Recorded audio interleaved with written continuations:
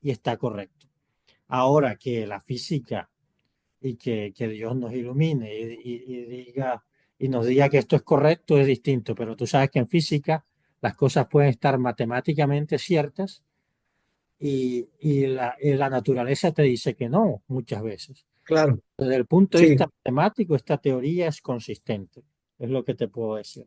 es cierto, un modelo no necesariamente explica la realidad de las cosas. Así Como es se llama, posible que matemáticamente describa todo, pero que en el fondo esa no sea la realidad. exacto, matemáticamente Le pasó a consistente. Newton, ¿no? Sí, Newton es un gran ejemplo de eso. sí, sí. Newton, pero por lo menos Newton, la gravedad de Newton todavía la podemos usar, es un límite a la teoría correcta. Todavía Eso, correcto, correcto. es Vale, un para rescatar a Newton, ¿no? Uno de los grandes pilares de la sí, no, física. yo creo que Newton es el más grande, sin duda. Es como el Pelé de la física, pongámosle. Y Einstein podría ser como el Maradona o una cosa así. O sea, pongámoslo así si quieres hablar de fútbol un poquito. Pero Claro, sí. sí, Y de boxeo, ¿no? Porque Pelé está en el campo de... Ah, no, perdón, me fui a Mohamed Ali, nuestro... estaba pensando. Sí, Mohamed Ali, No, no sé por qué, no, ni siquiera. Fue el colombiano, Pambelé, Pambelé. Pambelé, sí, esa es otra cosa. Pero era Pelé. El más grande boxeador de Colombia, de hecho, Pambelé. ¿Ah? Sí, Sí, entonces esta es la teoría que se propone, esta es la solución. El límite de materia oscura simplemente mata estos términos y adivina qué. También puedo obtener no solo explica la curva plana de velocidad, ¿no? Sino que también te puedo derivar la relación Tolley-Fisher, pero la relación Tolley-Fisher requiere un límite de aceleración. O sea, hay un parámetro extra que se requiere y eso pues te lo voy a explicar en un momento. ¿Tienes alguna otra adelante, pregunta adelante. o sigo simplemente?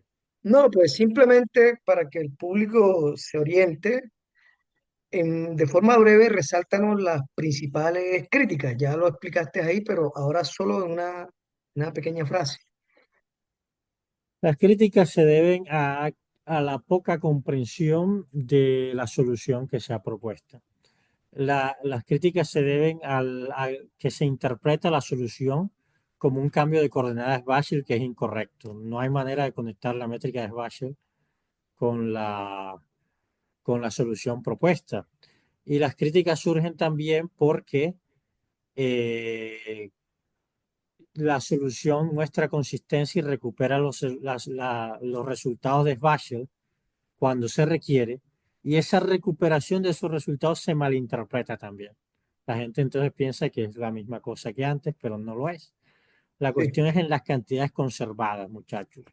Si la simetría es esférica, el momento angular se conserva. Aquí la simetría no es esférica, entonces no se conserva el momento angular. La no hay dinámica por qué cambia. conservarse, correcto. O sea que las leyes de Kepler no se obedecen como tal. Hay una ley de Kepler, pero no modificada, pongámoslo así.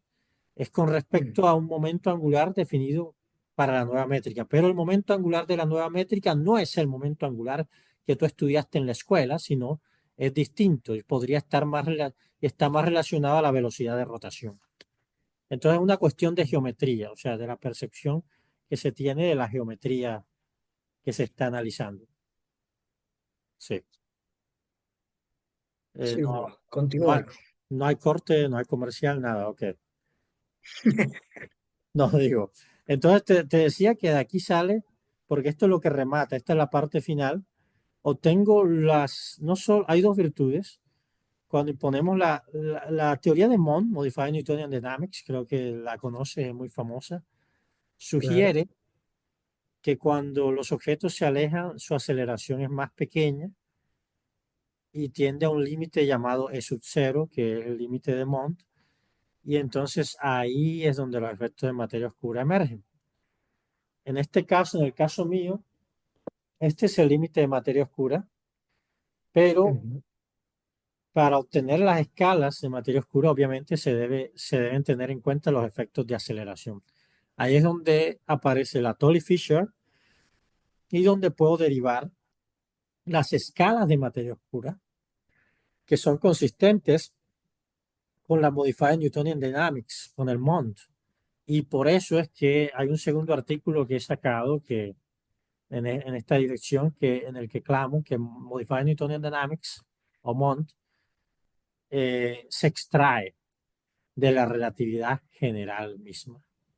Eso sale de la relatividad general misma. Es decir, tú estarías dándole, bueno, uno de los mayores desconfianzas que despierta la teoría de Mond es precisamente que es como si fuese un ajuste, ¿sí? Y no se deriva de ninguna otra ley fundamental, ¿no?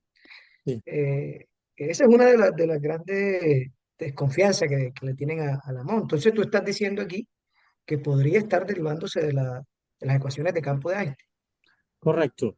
Lo que trato de decir es que Mond, o sea, Mond como tal es un límite newtoniano, se creía es un límite newtoniano de una teoría, que quién sabe qué teoría es, y la gente trató de derivar esas teorías de manera infructuosa. Acá lo que se está diciendo es que los efectos de Mond o los efectos de materia oscura son un efecto relativista escondido dentro de la relatividad general misma, emergen naturalmente sin tener que cambiar la teoría. Y no sería la primera vez que hay efectos ocultos en un sistema. Acuérdate cómo emergió el efecto Coriolis. Todos entendían Eh, Newton, todos sabíamos Newton y los mecanismos fallaban. ¿Te acuerdas que hacían las manivelas, había la corredera y los mecanismos fallaban y la gente no sabía qué pasaba? Y después vino que Coriolis, la aceleración de Coriolis, derivada por el matemático francés del mismo nombre, que de hecho no sé si se pronuncia así, eh, él se dio cuenta de que que había una aceleración extra que nadie se había dado cuenta. O sea, no sería la primera vez que ocurre en la historia de que hay un efecto extra dentro de una teoría que sí, explica unas observaciones que se creían misteriosas inicialmente. claro, claro. Aquel término extra era debido a los efectos de rotación, ¿no? Sí, sí. Estábamos en un marco de referencia no inercial. En el caso de Coriolis te refieres. Bueno, Sí, caso de Coriolis. Coriolis generalmente ocurre cuando el mecanismo está rotando, hay un deslizamiento entre piezas. Eso.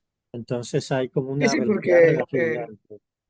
claro, las leyes de Newton estaban, Correcto. digamos, enunciadas en un marco de referencia inercial, ¿no? Pero cuando nos Ah, vamos a sí, un sí, marco de sí, referencia claro. no inercial, Ah, ahí, ese es ahí, tu punto. Sí, sí, te entiendo.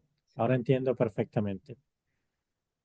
¿Tienes sí. otra Bueno, pregunta Iván, antes? bueno, entonces, claro, tú nos estás mostrando unos resultados bastante interesantes. eh, y bueno, nos has dicho ahí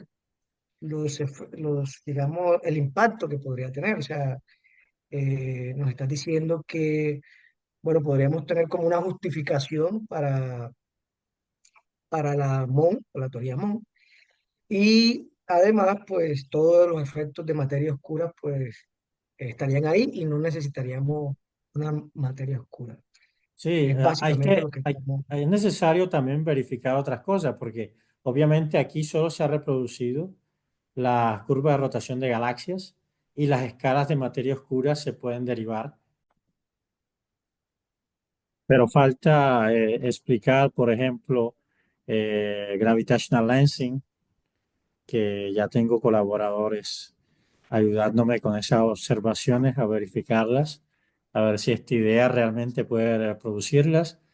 También luce prometedor porque hay una fuente adicional también que surge dinámicamente. Es como masa de origen dinámico que explicaría el efecto de gravitational lensing y también pues la estructura, cómo se formó la estructura del universo, ¿no? Porque la historia del universo nos dice que las galaxias se formaron más pronto de lo que deberían gracias a la presencia de una fuente extra de gravedad, que sería esa misma fuente de origen dinámico. Y la radiación cósmica de fondo, las anisotropías. Hay que estudiar muchas cosas todavía antes de poder decir que esta es la verdad absoluta, pero ten en cuenta que es la solución más sencilla. No es complicada, es difícil de derivar, pero no es complicada de entender y no requiere modificación de gravedad. La relatividad general ha pasado todos los tests, no las tenemos que modificar y no tenemos que inventar ninguna materia, no hay que meter materias hipotéticas. Entonces, para cerrar, ¿qué te parece si te muestro cómo salen las escalas de materia oscura aquí en esta teoría? Ah, adelante, adelante, ¿Y vamos. qué es lo que falta? Voy a reescribir, voy a borrar aquí, voy a reescribir el potencial que se tenía. El potencial que se tenía era menos m sobre r, que era la parte de Newton. Viene el otro, que es el término centrífugo, que en este caso sería eta cuadrado sobre 2 zeta r, y el otro, que es gm eta cuadrado sobre zeta r cubo. Así es, r cuadrado aquí. Bueno, para obtener las escalas a las cuales la materia oscura emerge, tenemos que aislar el término centrífugo este.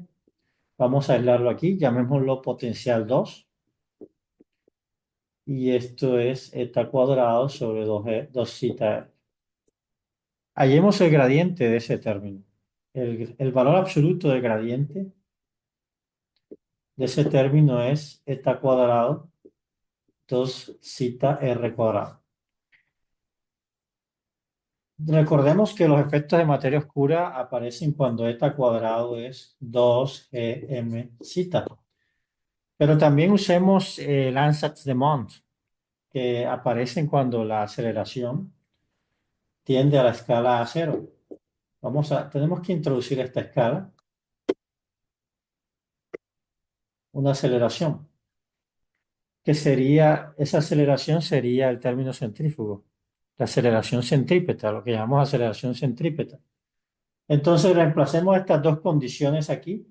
Entonces tendríamos 2gm zeta en el numerador sobre 2 zeta r cuadrado. 2 se van, zeta y zeta, y esto debe ser igual a sub 0. Y si despejamos r, nos da raíz cuadrada de gm sobre a sub 0. Y esta es las escalas a las cuales la materia oscura aparece de acuerdo a Mond, que es el averaje geométrico, el average, geometric average, que la gente dice.